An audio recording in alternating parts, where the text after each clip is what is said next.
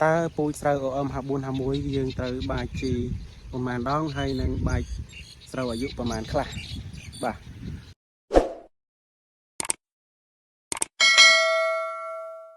សូមជម្រាបសួរ បាទ ចំពោះពូជស្រូវអូអឹម54 51 បាទ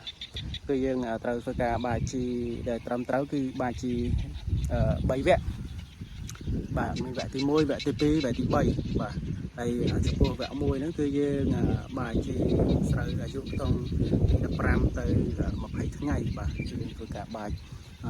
ជីវគ្គ 1 ហើយដល់ពេលស្រូវអាយុបាន 25 ទៅ 30 ថ្ងៃគឺយើងធ្វើការបាយវគ្គ 2 បាទ ហើយនឹងបាយផ្ដាច់គឺបាយស្រូវអាយុបាទ 40 ទៅ 45 ថ្ងៃ បាទហ្នឹងគឺយើងធ្វើការបាយផ្ដាច់ បាទចំពោះស្រូវ OM 54 51 ឬក៏ស្រូវពូជអាយុ 90 ថ្ងៃ បាទហើយអញ្ចឹងយើងត្រូវបាយជីអ្វីខ្លះយើងត្រូវដាក់ជីអីខ្លះក្នុងដំណាក់កាលនេះមួយណា បាទហើយយើងត្រូវប្រើជីដោយម្ដេចដើម្បីឲ្យសមស្របទៅនឹងតម្រូវការរបស់ស្រូវ បាទខ្ញុំសូមនិយាយបន្តិចចំពោះតម្រូវការរបស់ស្រូវហើយនឹងការប្រើប្រាស់ជីអ្វីខ្លះនៅក្នុងដំណាក់កាលនីមួយៗបាទចំពោះស្រូវពូជ OM 54 51 យើងអាចបាយវគ្គ 1 ក្នុងកំឡុងពេលស្រូវអាយុ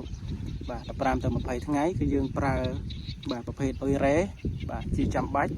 បាទគឺយើងអាចប្រើអ៊ុយរ៉េបូកជាមួយនឹង DAP បាទនេះគឺជាចាំបាច់បាទមូលហេតុដែលយើងត្រូវប្រើប្រាស់អ៊ុយរ៉េគឺក្នុងដំណាក់កាលហ្នឹងគឺយើងបដោតទៅលើការរូបលាស់ស្លឹករូបលាស់ឫសហើយនឹងការបាយកូនបាទអញ្ចឹងគឺយើងត្រូវការប្រើអ៊ុយរ៉េបូកជាមួយនឹង DAP ឬមួយក៏យើងអាចបន្ថែមសារធាតុមួយចំនួនទៀតបាទឬមួយក៏យើងអាចប្រើជាមួយនឹងប្រភេទ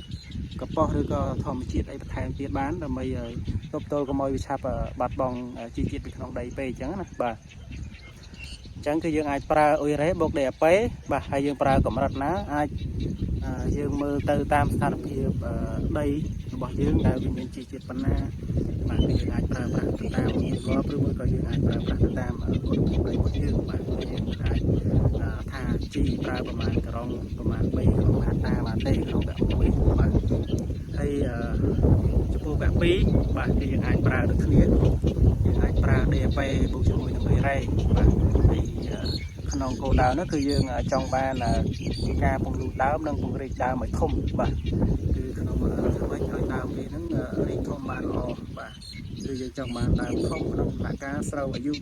25 ថ្ងៃទៅ 30 ថ្ងៃបាទហើយយើងអាចប្រើ DAP ជាមួយនឹងអ៊ុយរ៉េក្នុងកម្រិតដែលខ្ញុំបានបញ្ជាក់ដែរគឺយើងអាចប្រើតាមកម្រិតទៅនឹងតម្រូវការរបស់ស្រូវអាចជាធម្មតាប្រភេទពូជហ្នឹងបាទស្រូវខ្លីហ្នឹងគឺអាចប្រើពី 2B ទៅ 3B កន្លះក្នុង1ហិកតាក្នុងមួយវគ្គណាវគ្គ 2 ហ្នឹងណាបាទ 2B ទៅ 3B បាទយើងអាចប្រើប៉ុណ្ណឹងបាទ DAP បូកជាមួយនឹងអ៊ុយរ៉េបាទហើយដំណាក់កាលវគ្គផ្ដាច់គឺយើងប្រើស្រូវអាយុបាទ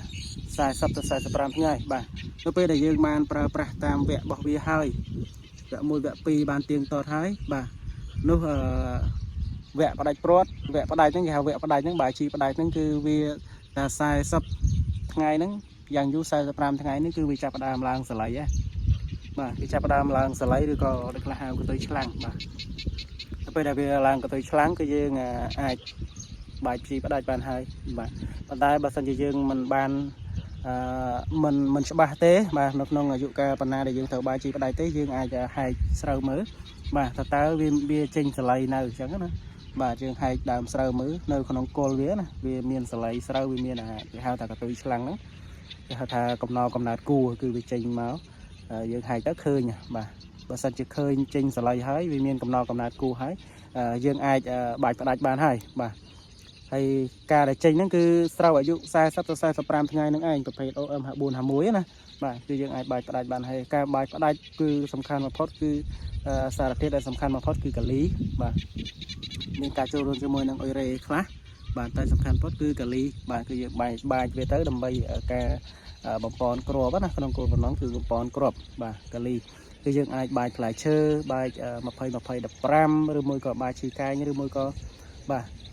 បាយអ៊ុយរ៉េ DAP បូកជាមួយនឹងកាលីក៏បានដែរបាទតាមស្ថានភាពជាក់ស្ដែងដីរបស់យើងមាន ជីជាតិអសូរខ្ពស់ឬមួយក៏ទីបៃចឹងទៅបាទប៉ុន្តែក្នុងការបាចផ្ដាច់ហ្នឹងគឺយើងគោលបំណងសំខាន់បំផុតគឺបាចក្នុងតម្រូវឲ្យកាលីឬខ្ពស់បន្តិចណាបាទគឺយើងអាចប្រើប្រាស់ជីដែលមានកាលីខ្ពស់បាទគឺយើងបាច់ផ្ដាច់ហើយកម្រិតដែលយើងប្រើប្រាស់អាចពី 2B ទៅ 3B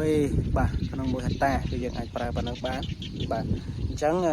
ខ្ញុំគិតថា3វគ្គហ្នឹងយើងអាចប្រើពីសម្រាប់លក្ខខណ្ឌស្រែលើយើងធម្មតាយើងអាចប្រើពី 6B ទៅ 9B ក្នុង1ហិកតាណាយើងបាច់ធ្វើការបាច់3វគ្គហ្នឹងបាទហ្នឹងហើយអញ្ចឹងក្នុងការពេលវេលាធ្វើការបាច់ជីហើយនឹងជីដែលយើងត្រូវដាក់អ្វីខ្លះហ្នឹងគឺខ្ញុំបានរៀបរាប់រួចអស់ហើយបាទហ្នឹងហើយអញ្ចឹងយើងបញ្ជាក់មកវិញបាទ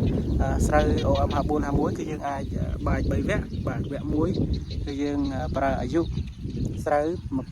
15ទៅ20ថ្ងៃវគ្គ2យើងអាចបាច់នៅក្នុងពេលស្រូវអាយុបាទ25ថ្ងៃទៅ30ថ្ងៃហើយវគ្គ3គឺយើងអាចបាច់40ទៅ40ថ្ងៃបាទនឹងអាយុ40ទៅ40ថ្ងៃអញ្ចឹងយើងអាចបាច់បានហើយបាទហ្នឹងហើយបាទសូមអរគុណ